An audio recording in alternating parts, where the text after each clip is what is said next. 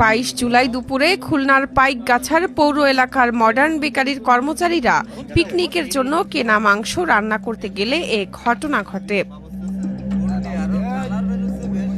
মাংস সবুজ হয়ে যাওয়ায় চুলা থেকে কড়াই নামিয়ে আশপাশের মানুষকে ডাকা হয়। পরে রান্না করা মাংস সহ কড়াই নিয়ে মাংস বিক্রেতার দোকানে গেলে কোনো সন্তোষজনক ব্যাখ্যা দিতে পারেন না দোকানি। পরে তারা উপজেলা নির্বাহী কর্মকর্তার কার্যালয়ে যান। সেখান থেকে তাদের থানায় যাওয়ার পরামর্শ দেওয়া হলে কড়াই সহ থানায় যান। পরে সেই মাংস ফেলে দেওয়া হয়। স্থানীয় সূত্র ও সংশ্লিষ্ট ব্যক্তিদের সঙ্গে কথা বলে জানা গেছে, পাইকগাছার মডার্ন বেকারির 25 জন কর্মচারী কর্মস্থলে একসঙ্গে ভোজের আয়োজন করেন। সকালে বেকারির কর্মচারী লিটন হোসেন সহ 3 জন পাইকগাছা বাজারের মাংস ব্যবসায়ী ইসমাইলের দোকানে যান। তখন ইসমাইল তাদের জানান, জবাই করা গরুর সব মাংস বিক্রি হয়ে গেছে, তবে আগের দিনের কিছু মাংস ফ্রিজে রাখা আছে। সেখান থেকে 4 কেজি মাংস কিনে তারা রান্না শুরু করেন।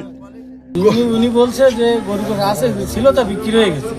তা আমি বলছি আমাদের তো লাগতো।